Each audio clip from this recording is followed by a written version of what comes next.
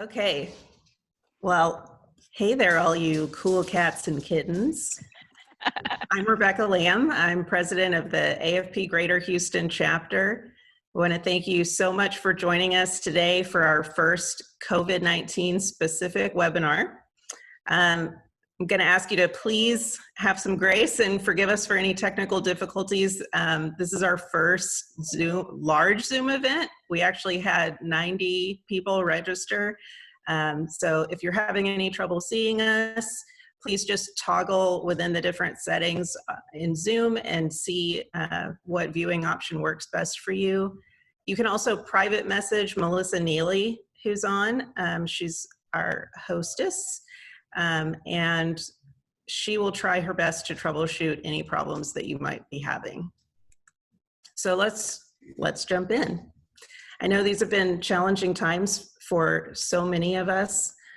So first and foremost, I just want to say that I hope that you and your loved ones are safe and healthy as we all adjust to these new circumstances. As the president of the AFP Houston chapter, I'm inspired by our fundraisers and our nonprofits every single day, and I know that we're going to get through this together. I'm honored to serve as today's moderator and talk about how the coronavirus has impacted our shops. So let's go ahead and get started, because I know that some of our speakers have other obligations starting right at 2, so I don't want to take any more time than we have to. So I want to just start by introducing our distinguished panelists. I've had the pleasure of working with all of these folks either in my work or through AFP, and I'm so honored to be able to spotlight them here today. So first we have Kevin Foyle. He's the Vice President for Development and Public Affairs and Chief Development Officer for UT Health. Kevin currently serves as Chair-elect for AFP Global as well. And he has served as past president of our local chapter here in Houston back in 2001. So give us a little wave if you can. Next, we have Angela Lane. She's the Chief Development Officer at the Houston Ballet. Due to COVID-19, the ballet did have to cancel the remainder of their season, along with so many other arts organizations here in Houston. So I know that we're all going to want to hear more about what they've been doing. Thanks for joining us, Angie. And last but not least, we have Melissa Simon. She is an AFP board member and is currently the Senior Director of Development at Casa de Esperanza de los Niños, and also a president of our past president of our local chapter. Casa de Esperanza, like many of our organizations, has had to reimagine the work that they're doing when they cannot host donors or volunteers at their location. Additionally, I do know that they had to cancel their upcoming May 3rd gala. So Melissa, we're glad you could be here and talk to us about what you all have been up to. So now that you've been introduced to our panelists, let's dive right into some questions. We have some questions that we've come up with that we thought you all would want to hear about. And we also have some questions that some of you wrote in with. So we'll try to cover all of those. And if you think of any other questions throughout the session, please do post them in the chat feature. If we don't get to them during the session today, then we will have a follow-up blog and make sure that we answer those questions for you. Okay? So to start, how have your organizations responded to COVID-19? How did your organization's decision become integrated with your development departments? And I'll start with Kevin. Okay, so for us, obviously it was a bit different given the fact that I'm at UT Health and we're sort of intertwined with being on the front line. So when most of us, as our entire organizations, went to working remotely, really only our administrative team did, and the rest of our functional operations stayed very active and very present, both in the hospital systems as well as our clinics, which has even transitioned, of course, now to testing. but we've really taken a lead from our organization in many ways because we had to shift our focus in the development side to help learn all about these, the medical needs, the things that we didn't ever think of before, like what PPE is and how do you fundraise for PPE. But that protective gear was what was going to keep our frontline clinicians safe during this crisis.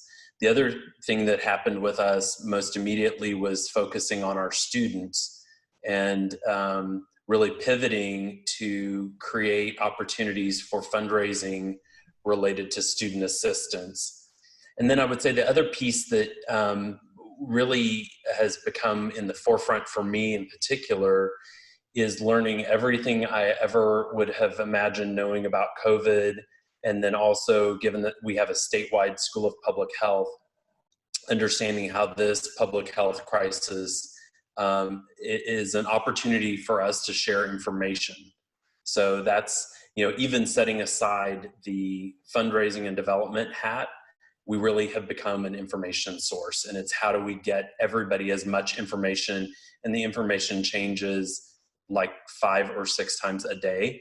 So to keep up with all of that information flow, because I'm constantly getting those questions, is like, well, when's the restriction now changing? The governor just spoke at noon today. What all changed? Well, a lot is changing. So it's keeping up with all of that because that's what everybody wants, is everybody wants information. Yeah, you're definitely in a unique position being in a large healthcare organization right now. Angie, do you want to jump in too? Absolutely. And so on May 12th, the same day that the rodeo ceased operations, we had actually, that was opening night of a world premiere for us. We canceled that evening, and eventually all shows through the end of the season, which represents about half of our season that ultimately is canceled. We've also canceled, of course, like many of you, donor cultivation and stewardship events. We were very fortunate to have our ballet ball 2 weeks before, but we did have a smaller special event that also has been indefinitely postponed at the moment. And so we've really been focused on 2 things after canceling most of our planned programming, and they involve keeping our stakeholders informed and engaged. I would say on the engagement side, our whole organization has pivoted. We're very fortunate to have a creative sort of can-do organization in what I consider a can-do city. I really think people pull up their sleeves and get to work, and our dancers and our staff have all pivoted to see how we can produce really great original online content through our social media platforms like Facebook and Instagram. And so we have launched HB at Home, which showcases, it's really cute if you have a chance to check it out, our principal for soloists, all of our dancers really doing things like class in their home, their cooking show, just whatever you can think of, they are doing in short snippets on our platforms to really connect with our audiences. At the same time, in record speed, we have launched programming for our subscribers and ticket buyers, so that they can see through password protected on Vimeo past performances as a way to bring some value to some of our stakeholders still this season. And so those were things that we've all learned how to do in the last month. I wouldn't say that we knew how to do any of those things very well before. Certainly we have some advantage because we are a visual arts media and we do have a lot of creative people, but the full organization has pivoted to seeing how we can engage and stay relevant with our audiences and donors. On a development side, of course, my responsibility and my team's responsibility is to communicate as much as possible with our largest donors, with our trustees, from donors large and small, to let them know not only about these opportunities for their engagement, but what we're doing about this season, what our plans are.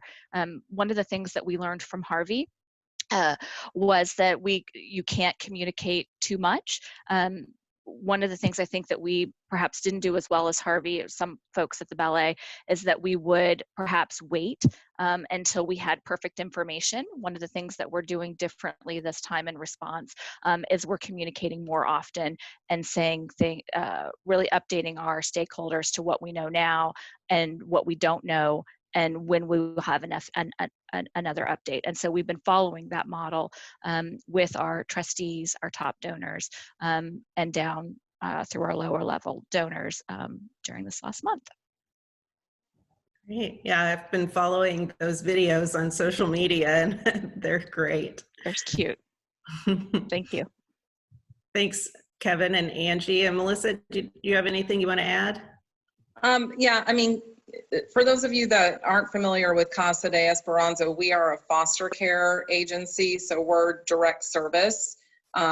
We provide foster care, emergency foster care for infants through 6 years old in our residential neighborhood. And then we also do case management with the birth parents. We work with, we have a big aftercare program to work with the families once they have completed services.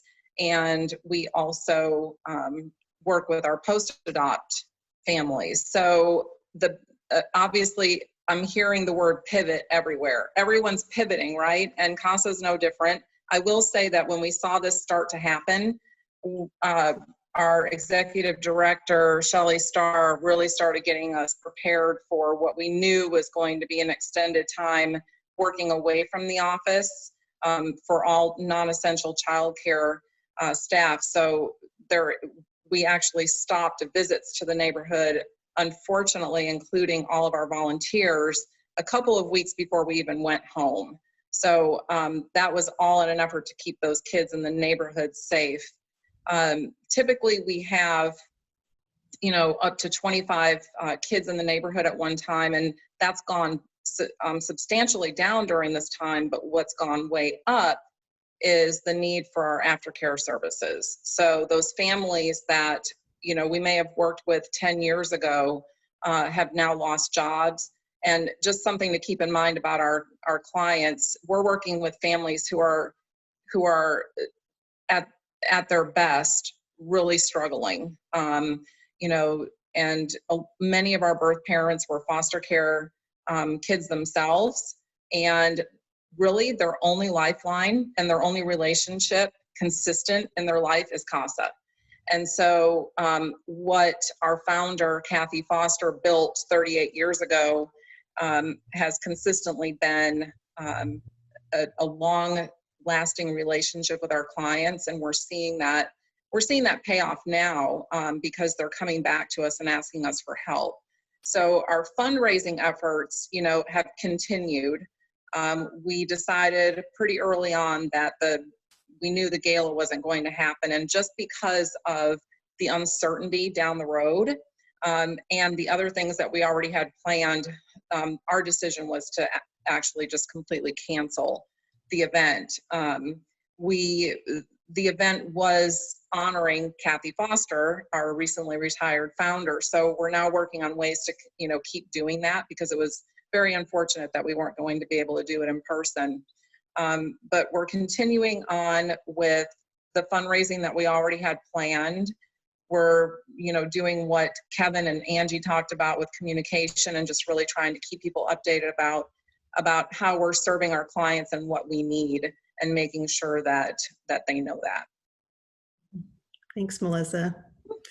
Well, I'm going to start with Angie for the next question because she talked about it a little bit already, but what have been some of the largest adaptations that you've had to make within your teams?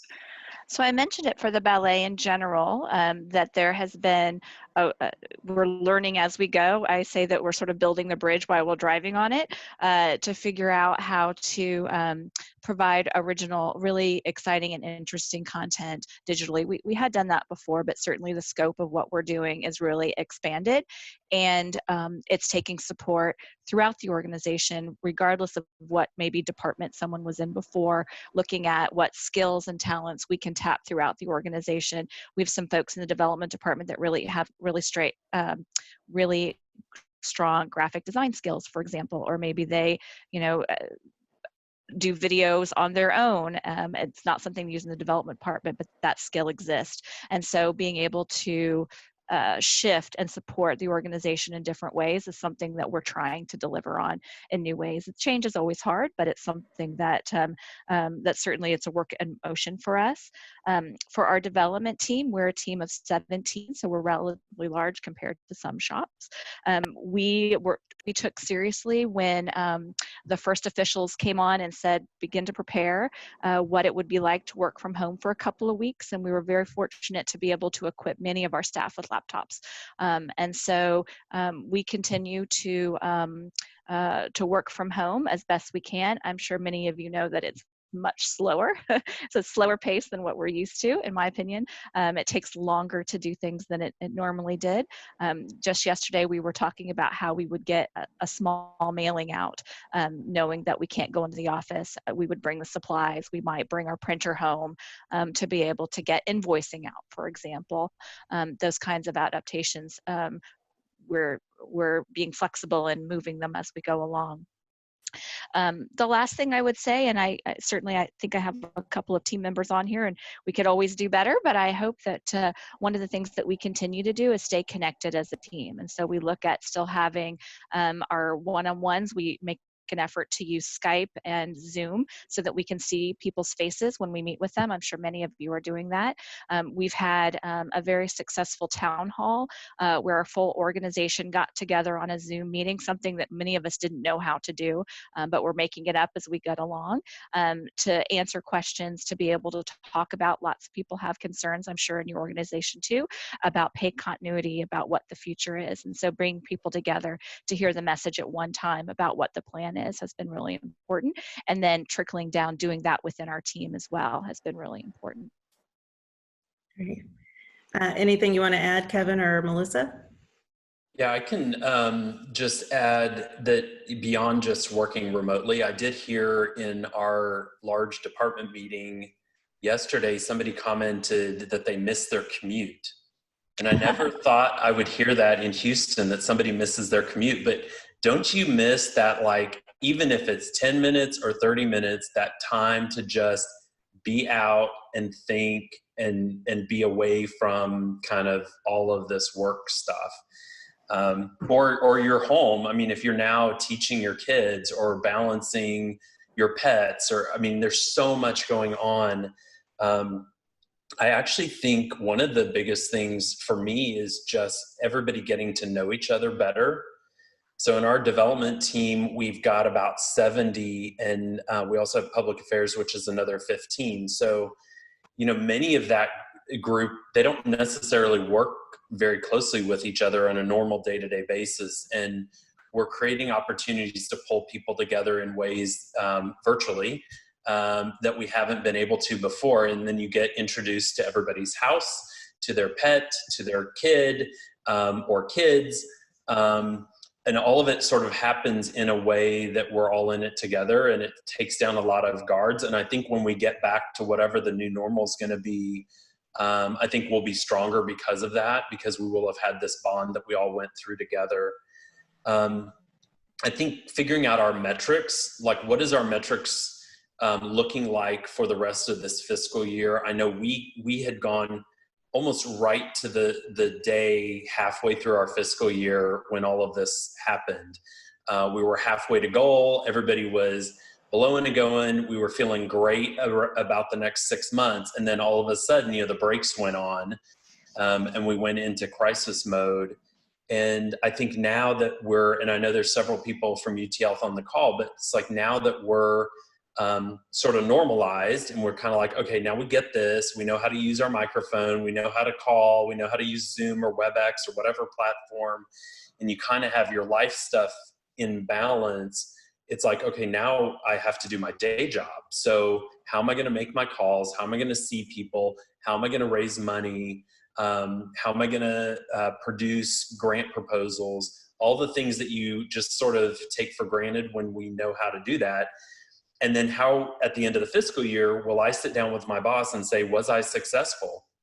I was for the first half of the year, but are we mutually in agreement on what the second half of the year looked like?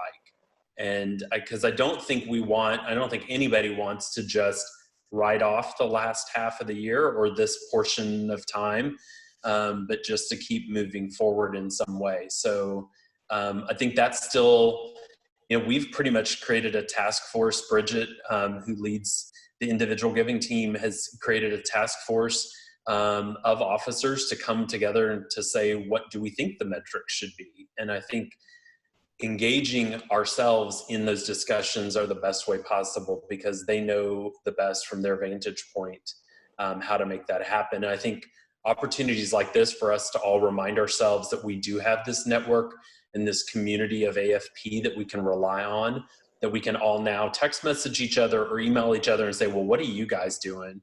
And hopefully we can learn from each other, because we are all creating this from scratch. We're all making it up as we go. So let's do it together and piggyback on each other. Mm-hmm.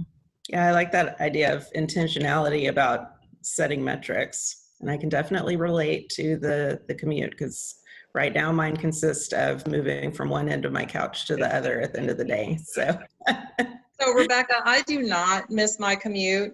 I was going to ask Melissa. No, I'll say I don't miss the hour-long commute. I mean, I agree with Kevin that having that kind of, time to listen to my audiobook or whatever, I do kind of miss that, although now I'm able to go out for walks outside and not have to get up at 4 in the morning to do that, to go to the gym. I get to sleep until 5 and go, and that's when I'm listening to those. So I don't miss the commute, but I would agree with Angie and Kevin that communication is key. And I think there are so many positives that are coming out of this with, I think, improved communication. I'm sticking to our regular schedule as far as, my one-on-one check-ins with my team, our weekly meeting. Obviously, you don't have the luxury of walking down the hallway and saying hi and checking in. So, we're missing out on that. But there are so many ways that we have improved communication. I will tell you that even though my office at Casa is right across the railroad track from our neighborhood, I don't get to go over there very often and see the kids and see the interns that take care of them. Because of this, we now have a newsletter, a great newsletter that comes out every week. I know more about those kids and those interns than I did when I was right next door. We've done a happy hour with the whole staff that we never would have done before. Just lots of ways that communication, is improving. As far as the plan goes, our development plan, we're on a January to December. And I think, during our team meeting this week, my team is 6 people. I really wanted us to try to look 90 days out, and we really can't even do that. I want to keep the big picture in mind, because, obviously strategically, you never want to just kind of be knee jerk, but a certain amount of this is reactionary right now. And I think that for a lot of us, that's uncomfortable. But the best that we can do is just really try to see as far down the road as we can and continue to just over communicate with each other internally and with our donors. So what about your communication with your donors right now, Melissa? How are you keeping them informed and engaged as much as you're able to right now? We're always big on touch points anyway, whether this is happening or not. So we're keeping up with those, just making an extra effort. The people that we would have dropped by with cookies, in person, now we're just trying to do some virtual check-ins. We are keeping our volunteers and our donors and our community updated regularly about what we're doing and about the increased need in aftercare. And then I think one of the, I already talked about the internal communication, but what CASA really relies on volunteers. Being a direct service organization, we have weekly volunteers that come over thanks, Leanne. Leanne just sent me a note via chat. Leanne works at Casa on my team. Our volunteer coordinator has done an absolutely outstanding job of keeping our volunteers engaged. They had they had a training, a virtual training, and then they're doing a happy hour. She's got all kinds of things planned for, volunteer appreciation. I think, again, it's just really improved to some extent the communication and just really trying to keep them engaged, because obviously this is going to end. We don't know how and when and what it's going to look like, but we have to keep all of those relationships, because that's what we do. We have to keep all those relationships intact so that when we get back, we're ready to go. Mm-hmm. What about you, Kevin and Angie? What does fundraising look like right now for you all? Well, we mentioned it sort of in the pre-call, and I think it's worth repeating here obviously for the full group, is that fundraising doesn't stop. We did not. We certainly, the first couple of weeks, we spent much time just checking in on our donors, calling and asking them how they were.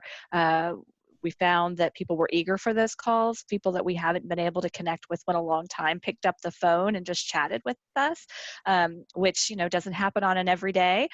So those were great stewardship touch points for us. We know that we still have significant funding challenges ahead of us, and that those are going to extend into next fiscal year for certain. And so starting to deliver some of those messages, sort of drip, drip, drip, that we're going to need support, even as we know the stock market has been a wild ride. I do not think, I think that we'll just ask people for a little less. We'll still ask for some significant support.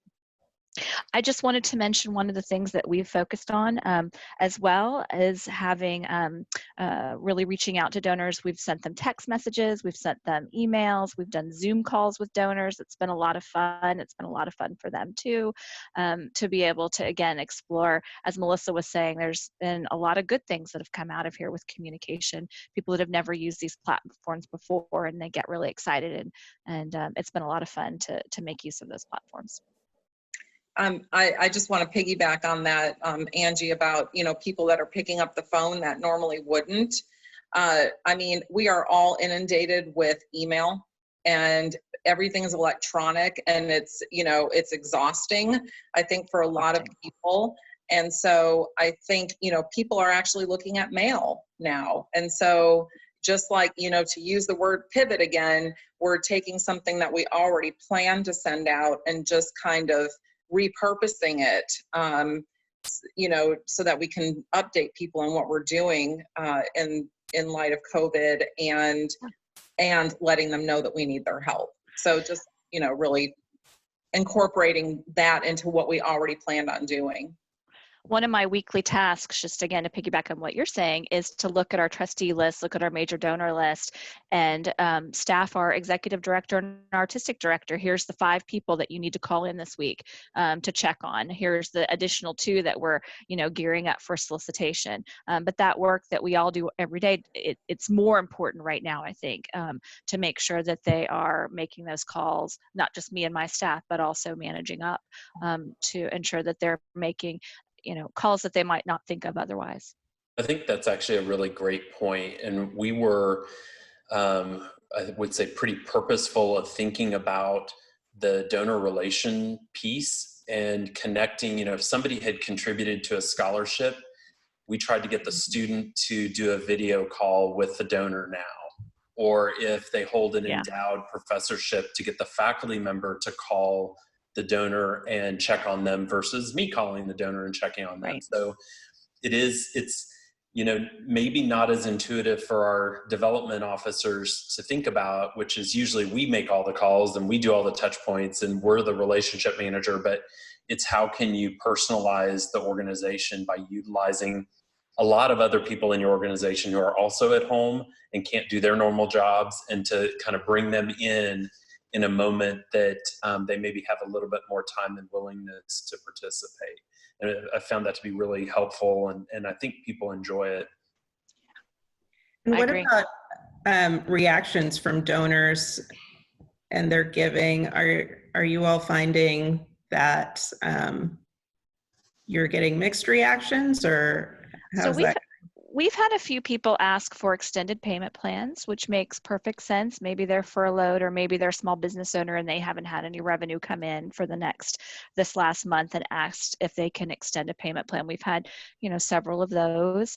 I haven't had anyone, we haven't had anyone. We have been talking with some large foundations in the area, of course. I'm sure many people have, and some of our top donors, and we haven't had anyone be offended by those conversations. They still continue in the way that we always have. I would say, and I know many of you are, we're also focused on ones that we've had long-term relationships with. I'm not sure that this is the time to start, at least at this moment, trying to embark on significant new relationships, but really tending to those that are close to the organization, and will continue to do that. I definitely have to remind myself to not take my own mental insecurity about my financial position right now and put that onto my donor, and to really just say, gosh, if I've been having a conversation with this person for a year and a half about a gift, it's okay for me to ask permission to have that conversation continue. And they will be totally candid if it's not an appropriate time. They'll be equally as candid if it's fine. And I think we have to kind of let go of our sort of anxiety and concern and question about the future and say, look, they may have a totally different investment strategy than I have, and they're in a different place in their life than I am. And just kind of listen to their cues and follow them through the process and the discussions. It's the time to listen, right? And listen more, talk less. And I think this is the time to do that for sure, because everybody, somebody made the comment earlier, I think Sarah, that people want to have a conversation and they want to be heard because they're all sitting in their house too, talking to nobody. So this is the time to let them talk. And it's amazing what kind of information you can learn and how deep you can go in your relationship with them that I don't think would necessarily have happened as quickly if we weren't in this environment. Yeah. I think that's really true. Oh, go ahead. Sorry. Oh, no, I was just going to say I had a similar experience of reluctance in the beginning to be picking up the phone and asking for money right now, knowing, that others in our community are hurting as well. But we actually had donors reaching out to us asking how they could help. And so I think that was a great lesson learned about, they're wanting to know what they can do. So, yeah. Yeah, I was going to say very early on, I reached out to a couple of our longtime donors, and the response that I got, I was asking how they wanted to be communicated with, what kind of updates they wanted, because of course, every time you open your email, you're getting a COVID response email from, Discount Tire and JCPenney's and every place that you've ever shopped.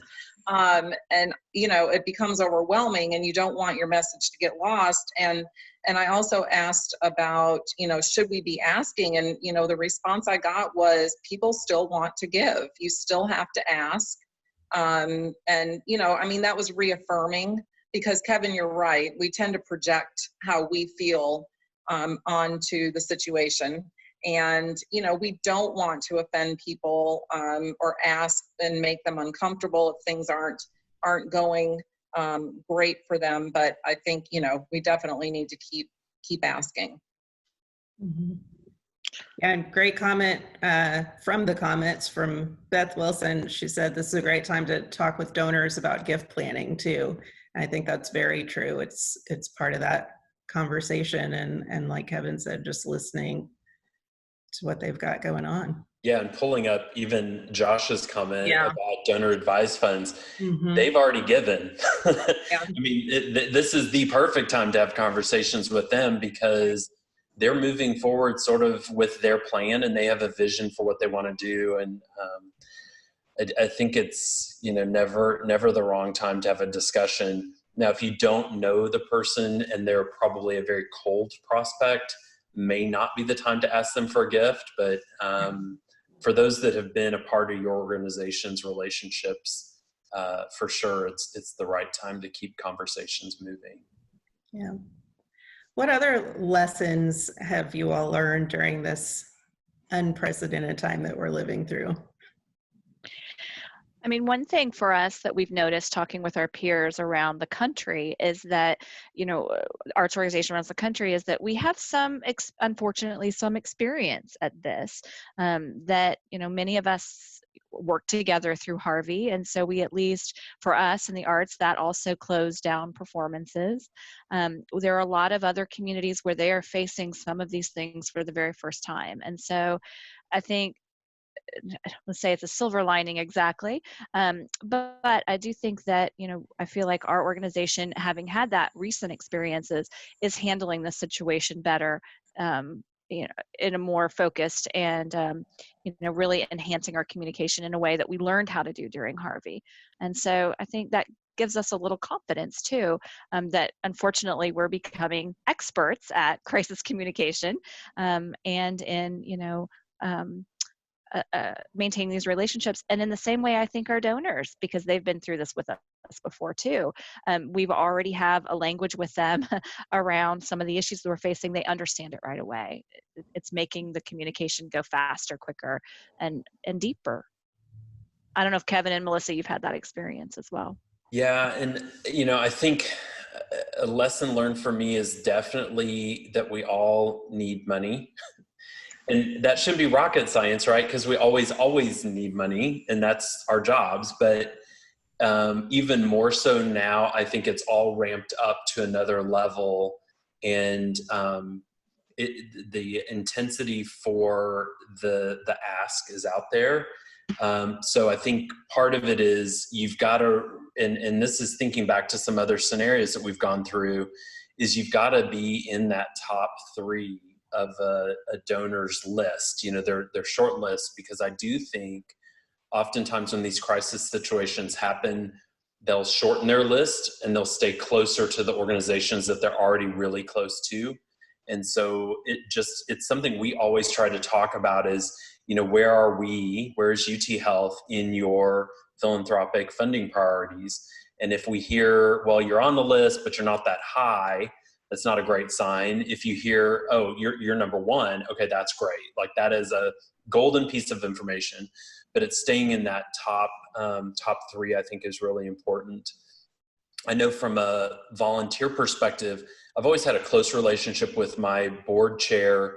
We've got a very large development board, but at this particular time, I am on like speed dial. I used to meet with her probably every other week, and now it's every day, and it's every day for like 45 minutes, and it's usually when she's out on her walk.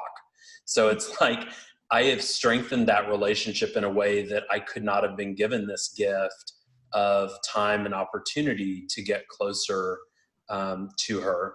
And there was a question Susan had, which I think is a great one, which is what are we seeing related to kind of that small business community, business organizations, companies, and corporations. And I think the reality is they're probably strained the most. I think our corporate sponsors and corporate donors are probably feeling a lot of stress right now. They, in them of themselves, are having a revenue scenario they're trying to deal with. But again, not a bad time to stay on that top 3 list and just keep close. And especially if it's an oil and gas company, this too will pass, and the numbers will turn around, and that curve will go positively up, which is where we want that one to go. And if you're close to them, then when it does go up, you'll be in a good position with your organization. Yeah, we had a lot of questions about that sort of second half of this perfect storm that we're living through right now, which is the economy, and especially here in Houston with oil and gas donors. So do you have any other thoughts Kevin, on what you think you might be able to expect in the coming months?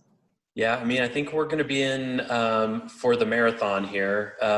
It's, and no pun on marathon oil, but I mean, this is going to take a while. I've been hearing 18 months or so, and maybe that's opportunistic or optimistic, but I I think that's going to be something we're going to have to really watch. Be thankful that Houston has diversified as a city, and that not all of our eggs are in one basket there. But you know, we'll all of our organizations, I know many of our social service organizations have taken a hit already, especially in the nonprofit sector. And I think we're going to have to just kind of wait and see. Even organizations that are really strong financially, we're going to have to do some healthy belt tightening and probably take some time to focus on your vision, focus on what's most important and core to your organization.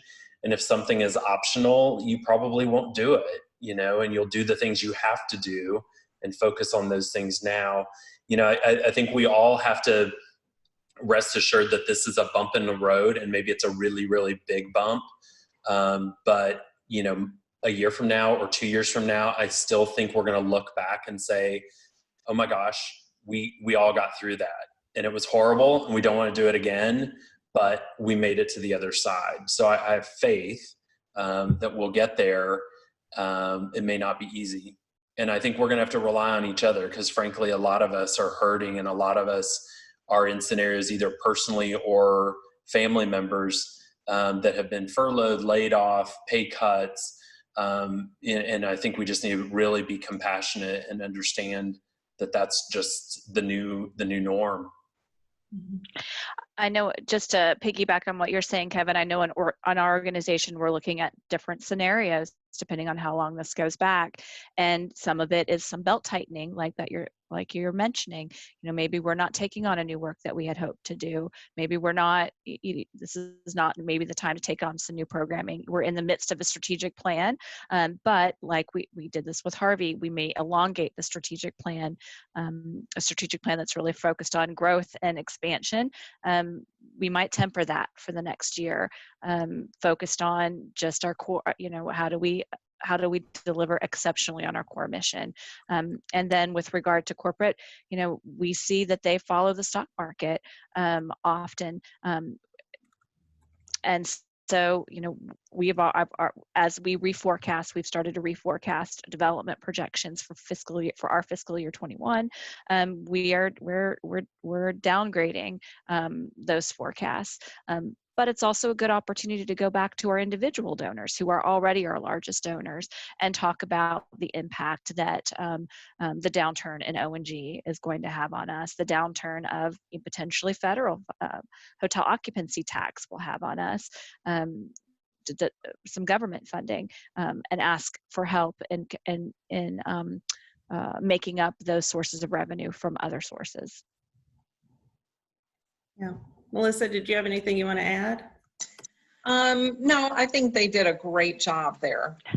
I'm seeing this note from Mary Lou about being empathetic with our donors. I totally agree, and that's all we probably did for the first 2 weeks. Like Rebecca said, was those calls and those emails and whatever kind of personal touch we could put out there, just to really find out how they're doing. And that's not going to stop. We're still doing those check-ins. I think, maybe that's one of the biggest unknowns right now, is just trying to figure out what that right balance is. And I think, Kevin, you've touched on this several times about, and so have you, Angie, about, not the time to really be making major asks to new donors.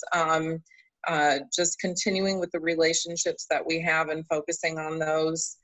I think that, that's really going to be the important piece. I will say, I've never been so glad that I'm at an organization where really our funding is diversified and we're not counting on one, piece of the pie anywhere. Because, we will see some decrease in some funding, and then we may see an increase in others and get some surprise gifts also that we weren't expecting. Yeah. So I just want to underscore what you're saying too. We've been talking a lot about asking. I think that that's just to counteract that, you know, sometimes there's a hesitancy for people to ask. And I think we want to inspire confidence that it's okay to continue those conversations, but certainly they are very balanced. We are looking at things that we can do for our donors too, like providing password protected content. We are making masks in our costume shop and sending those out to our trustees and large donors. So certainly your point is well taken that we've been talking a lot about asking, but you know, we look for ways to give and to enhance the lives of our donors as well. Yeah. Well, we've got about one more prepared question left, but I want to leave it for the end because I want to make sure we leave on a positive note. But I'm going to take, I think we have time for at least one, if not two questions from our audience. And we have one from the chat that I thought was a really good one to highlight. So Sergio Beretta asked, what are your organizations doing as far as collaboration with other nonprofits and continuing your mission? Don't know who wants to take that. I can say, you know, for CASA, I mean, one of the things that I love the most about what we do is all of the case management. And so this just makes it even more important that we're not only focusing on relationships with donors and volunteers and internally, but making sure that we're focusing on those relationships with the other people in our space, the other organizations, because you know, I think you said it before, Rebecca, the social service agencies are the ones that I mean, not the only ones. We're all facing challenges, but you know, I think my husband said he saw like 2 miles worth of cars backed up the other day for a food pantry distribution out here. And I know that's happening everywhere. So just, you know, making sure that we're staying in touch with all of the other organizations and helping each other in any way we can. If we get something extra, you know, we'll give it to someone else, and vice versa. So it's, you know, we're just really trying hard to continue those relationships and work even more together. I know we're pretty proud of our relationship with Houston Methodist. They provide great care to our dancers, and during this time they have their own campaign, Houston We Can, where they're sending out information about COVID and how to keep yourself safe.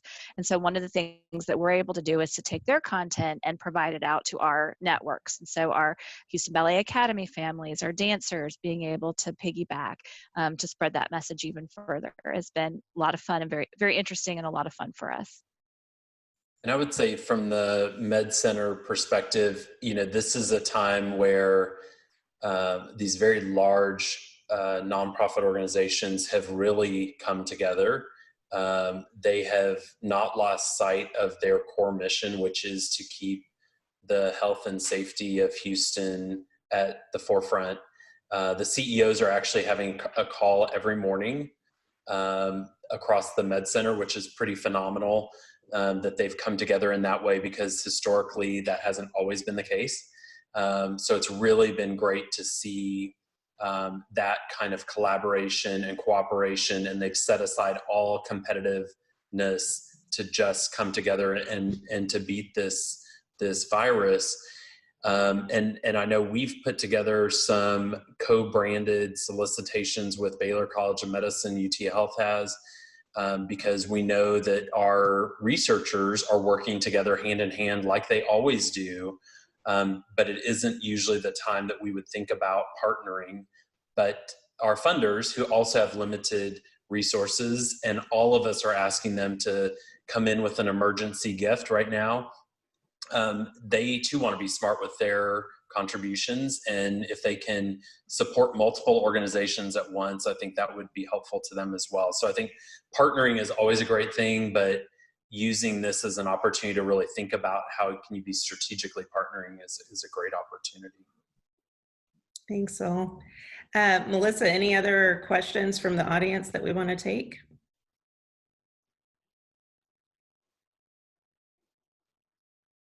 Or for those of you who are in the chat, if you want to type in a question, you certainly can. I'm going to give it just a few seconds here.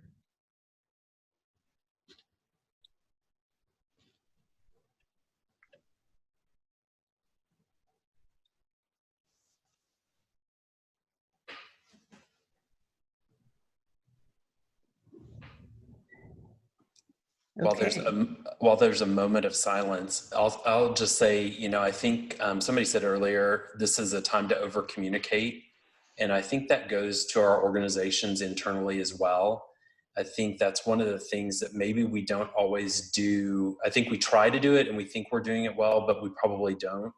And right now, I know all of us, I am hungry for information from my institution, and I know my team is hungry for information from me, and we're all hungry to share information with everybody, but it's like anytime we have it, just share it. And you know, they always say to kind of say something 7 times, and I think that's probably even more relevant right now because everything is changing so quickly, and providing that opportunity to express at least that I haven't heard anything. Like everything, you know, nothing has changed in our budgets. We're not doing furloughs. Okay, that's a great piece of information, even though that was the same news I had yesterday. It's the same today.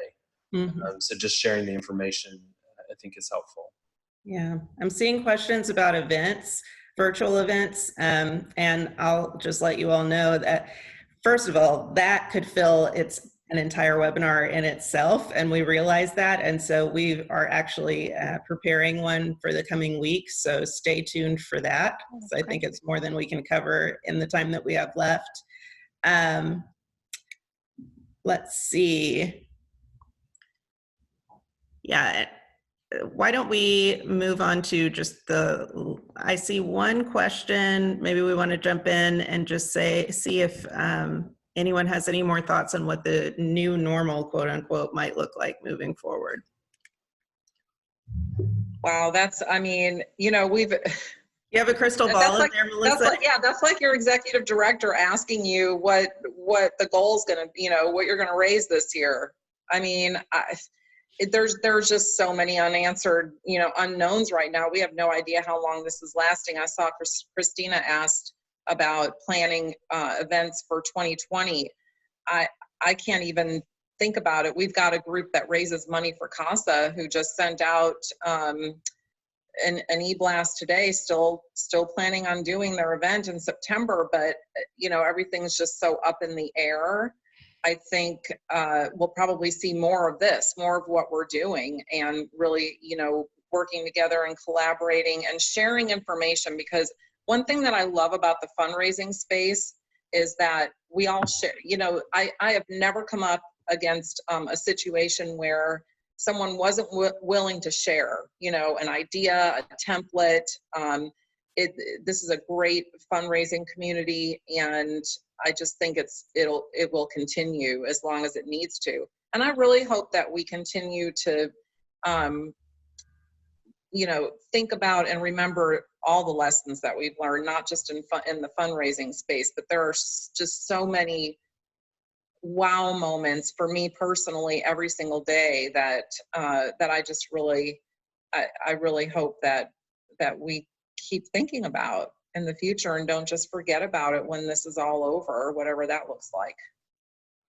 All right, well, I'm gonna have to ask our last question. We got about 5 minutes left and I need maybe 30 seconds for wrap up. So what messages of hope can you offer to our friends in fundraising in our space?